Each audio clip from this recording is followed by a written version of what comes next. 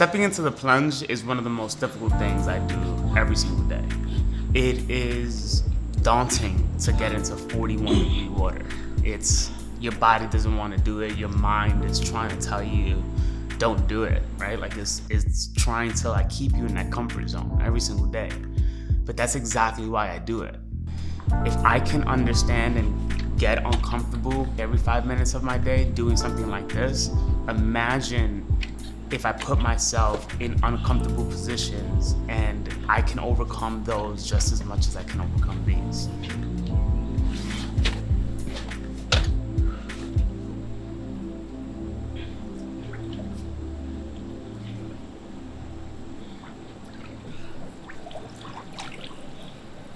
Hey Siri, set a timer for 5 minutes.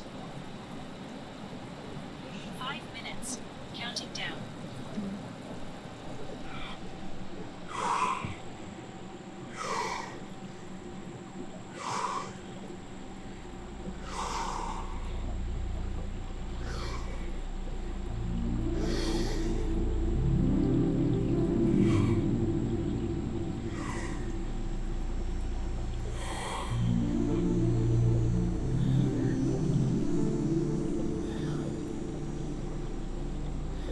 So what's going on in your mind right now?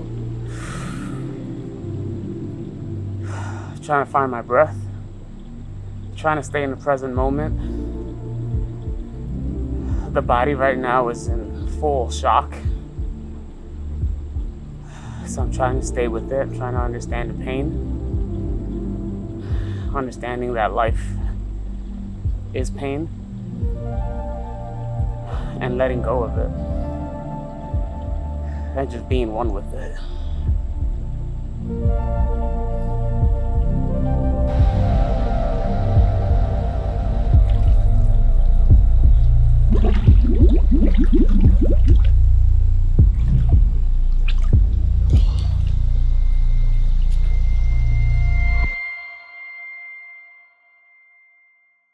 There's the art of living, right? There's the art of reading. There's the art of music. There's the art in dancing. There's an art in just being. When I think about art, I don't just think about paint. I don't think about brushes. I think about the world around us. You know, when I look at clouds in the sky, when I look at the sun, when I look at trees, when I feel the air, you know, that's life to me. That's art. What got me to Charlotte was a quality of life. So I was living in New York City for all my life. New York City is a world within itself. Like when you're from New York City, you don't want to leave. And I experienced a difficult time in my life around 26 years old where I got into some trouble with the law, and it was a difficult time in my life. That rough patch allowed me to find myself again, and it's one of life's biggest paradoxes is in order to find yourself, you must lose yourself. I lost myself heavily to drugs. I lost myself heavily to the world around me, which wasn't serving me. And that's when I really found myself. I found myself to the person that I wanted to be and I wanted to become. When that happened, that's when I started exploring the world around me. I started exploring different cultures in different states. I traveled to California for the first time by myself. And when I did that, I realized that I don't have to live in New York City all my life. I can leave. I can do something else. And my horizons started to broaden. They started to open. And I started reading a lot more books. I started reading self-help books to kind of understand who I was and why did I make those choices that I made and how can I change them to be a better person. And that's when I met my partner. One of the first things she said to me was, you plan on staying in New York City for your life? And my response was, I didn't plan on leaving, this was my spot, right? She said, well, I don't plan on staying here. It worked out with us, and we started to learn about each other, and we wanted to take our relationships to the next level. And 2 years later, we decided to move to Charlotte for a quality of life. When it comes to working on my shed, it really depends on how many colors I'm using, what type of paint I'm using, and the materials that are needed. So most of the time, I think it costs around $200 to $300 to complete this. every time I do something on this, I'm learning a new skill. I don't just want to do something that I already know. I'm constantly trying to push the boundary. And this is the perfect place to do it in because I can mess up. I don't have to answer to anybody and I can do whatever I want. So I'm always trying to find what I can't do and then see how I can figure it out in my own house. So you never know what is good or bad in your life. It just is. And I spoke a little bit about what happened to me in my past with getting in trouble with the law. And it was one of the most difficult moments of my life. And, at that moment, a friend told me, said, when you feel like you're in rock bottom, there's only one way to go, and it's up. And when he told me that, my whole perspective on life changed. And that's when my partner came into my life. And when she came into my life, things changed. And she kind of weathered that storm, you know what I mean? To like sit through those hard times and to like kind of like be there for me. It was something that I never really had, anyone to be there for me at that time. So to have her in my presence, to have her act to call my partner is something that I will always cherish, always in my life. I read something that kind of changed everything for me, was that if you want to practice unconditional love, care for a plant. When I read that, I went crazy and I bought all these plants and I did my landscaping. And, I have so many plants around my house now that all I want is life around me. When I first got ESCO, I was in a lonely place in my life. I was doing things that didn't really matter. I was doing things that I was trying to distract myself with. But when he came into my life, my whole perspective on caring for another animal or caring for another living thing kind of changed my unconditional love. It was, I developed a sense of responsibility that only people who have kids can understand.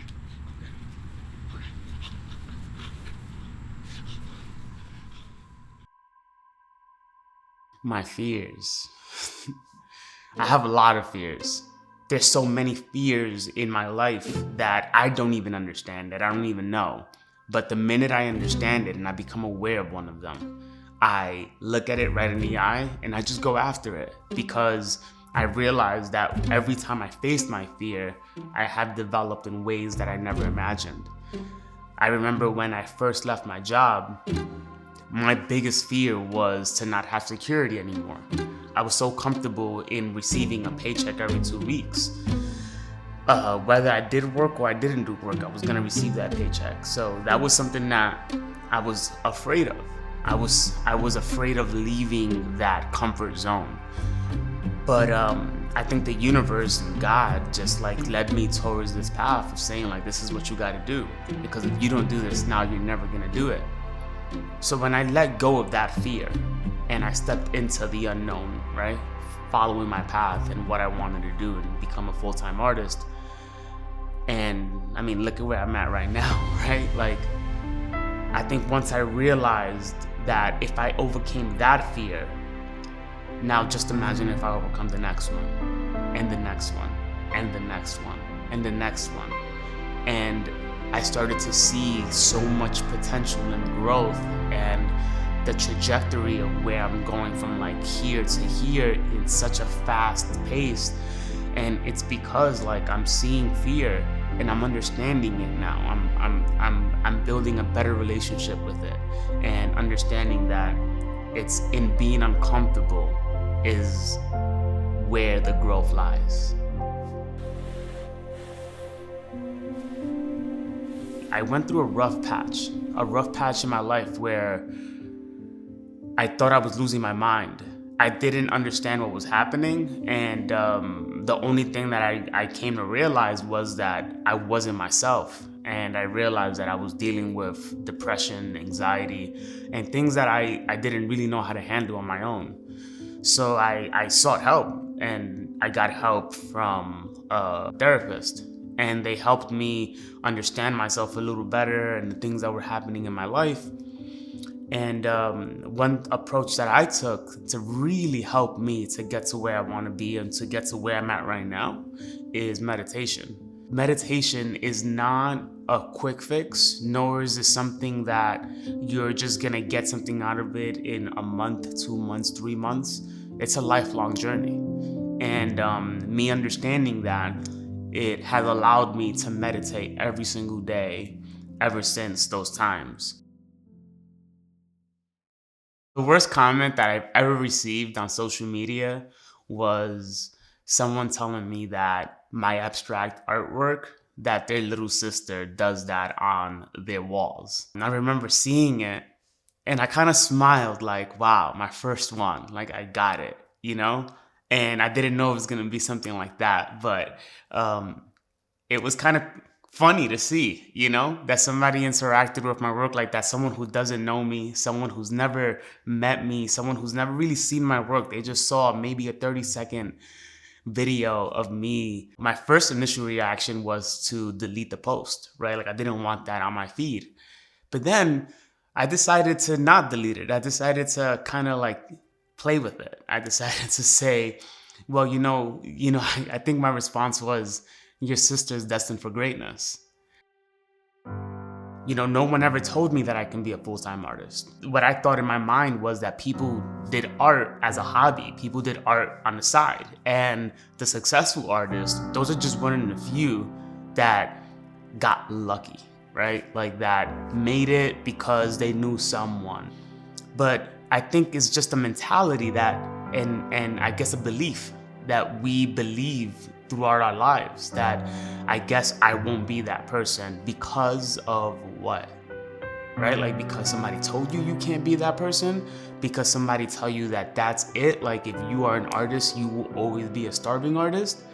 And I think once I got rid of that belief, once I started believing that I can be successful, that I can be an artist that is wealthy, an artist that touches the world, an artist that reaches the world in different places, me being one of those artists, I started to change everything about my life, right? It's just a belief that you set in your mind, and the minute you let go of that belief and you start to tell yourself that you are worthy, that you do bring value to the table, that you can be a successful artist, your life changes immediately. I started off selling my things for $60 where I wasn't really making any money. I was almost losing money with time, with materials and stuff. And now where I'm making around $15,000 in, 5-figure months, which is, something that I never really imagined me doing, but here I am doing it. And, the thing is that I'm not done. I'm still aiming to go higher. And money is not the motivation, right? Like money is a byproduct to the energy that I'm pushing out. But damn, does it feel good. One of my greatest accomplishments that I just recently did was a mural for a penthouse in Plaza Midwood. It was an illusional mural, and it's a mural and a design that I've never done before. I never knew how to do a mural where it would look like they're working with perspectives. I didn't even know I was capable of doing something like that. The reason why I did this is because I built a relationship with the business owner, and while I built that relationship with him, we actually been playing basketball together for about a year and a half, and I had no idea that he was the owner of this property, this business, and other businesses in Charlotte. And when I found out, I reached out to him and was like, yo, like, I would love to work with you and kind of like do something for your businesses. And he was down. Like once he saw my work, he was like, yeah, absolutely, let's figure something out. And he always wanted an illusional mural like this, something that his clients can interact with. I mean, not clients, but like customers could interact with. Things that it will be like a staple in Charlotte. He wanted to be like the only person in Charlotte to have it and to be one of the first to have it. So he asked me if I could do something like this, and I had no idea that I could do it until through a lot of trial and error, a lot of like research, trying to figure it out. And once I had the courage or like built the confidence to do it, I was like, yo, I got this. I could do it.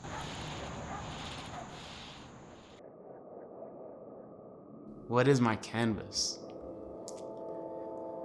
I think my canvas is me. You know, my canvas is me working on me, because without me, there won't be any art.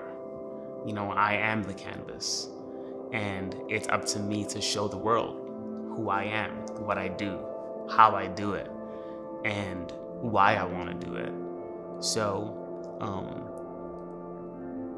working with all these canvases that you see physically is a byproduct of me working on myself. And the more I work on me and what I'm doing in my canvas, the more the world can see those true colors.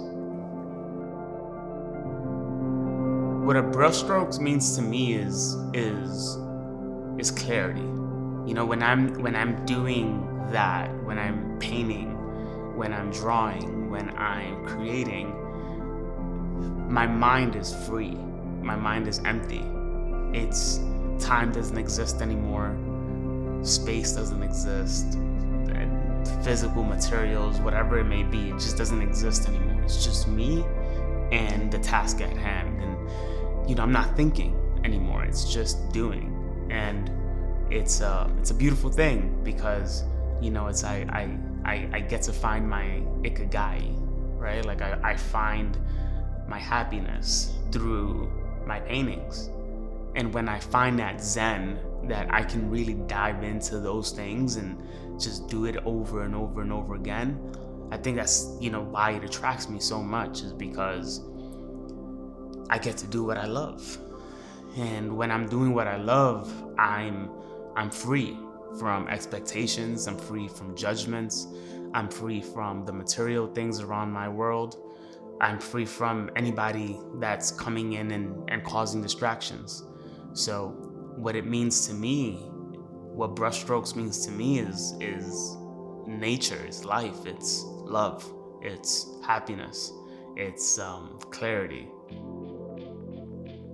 My biggest source of inspiration is Vasily Kandinsky. I love his work. I love it so much. There's so much play within his work, and there's also a balance of like it being a little rigid, you know, and very straight and straightforward. What I love about his work is that it's the curvature and how he used shapes and different styles, kind of like, you know, merging together to kind of like express music and express rhythm through his work. It's beautiful, you know, like it's like if you ever take a look at Vasily Kandinsky's work, it like your eye just goes around the painting. It's like it dances around his paintings, and it seems like there's like a world within each one. And when I think about my work and I think about what I'm doing, I think about him more than ever, because, you know, music plays a big part in my life, in my art. And for me to use the music that I'm listening to at the time to create these works of art, I think about him more than ever. And you know, it's funny because I didn't know how much his work actually meant to me until college. Growing up, my dad in New York City actually bought a print of Vasily Kandinsky. And my dad didn't know it was a print for Vasily Kandinsky. He had no idea. He just loved the art piece. And I remember seeing it every single day. And it was a beautiful thing to have, you know, a work of art that was so beautiful from a painter that I had no idea that was inspiring me. So what does the next level of your art look like? What does the next level of my art look like? That's a hard question to answer because I don't know. Like I don't know where I'm going.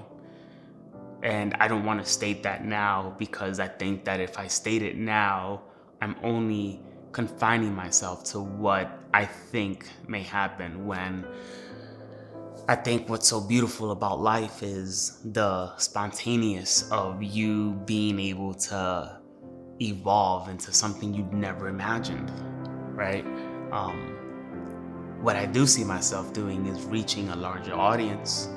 I do see myself, pushing boundaries, like having my work being featured worldwide, where my work is displayed on like side of buildings or galleries and stuff. And that may seem like selfish accomplishments, but it's not really about me.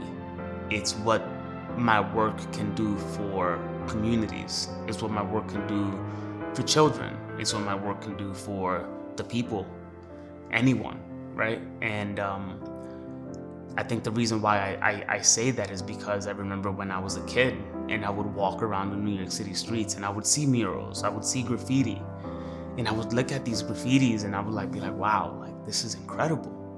It was vandalism, but I didn't see that. I saw expression, I saw emotion, I saw people doing something that was creative. And for me, it inspired me. It inspired me to do that and do it my way and try to figure out how I can become that type of person. And if it inspired me to be where I'm at right now, imagine what my art can do for communities, can do to schools, can do to people in every day. And whether or not they know it or not, I think that art impacts people in ways that they just don't understand.